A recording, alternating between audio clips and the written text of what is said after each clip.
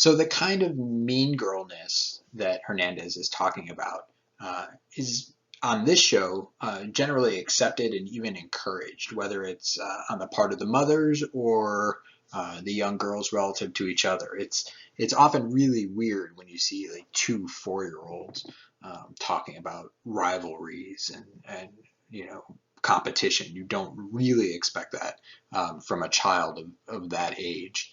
Um, you hear time and time again that the parents tell the children that they need to win because of all the money they spent on prepping and dresses and travel, even though winning comes nowhere near covering the costs that these parents incur.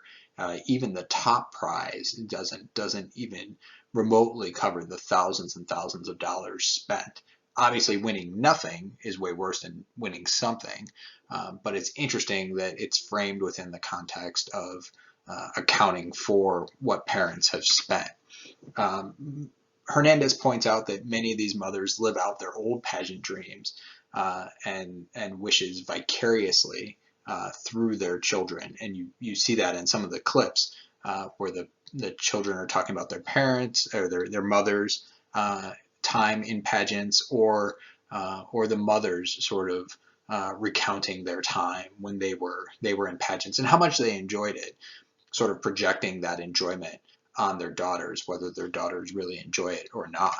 Um, as I mentioned before, the kind of illusion of choice that is part of that post feminist ideology is really a narrative of this show, that the daughters have a choice, right? They can quit anytime they want, and the mothers will say this again and again and again, that they're doing it because their children want to do it. Even though, if you watch enough of the show, you can see several children totally check out and not want to keep doing this, and the mothers ultimately push them to keep doing it. So the idea that the children have a choice, that they can just sort of check out of this whenever they want, is definitely an illusion.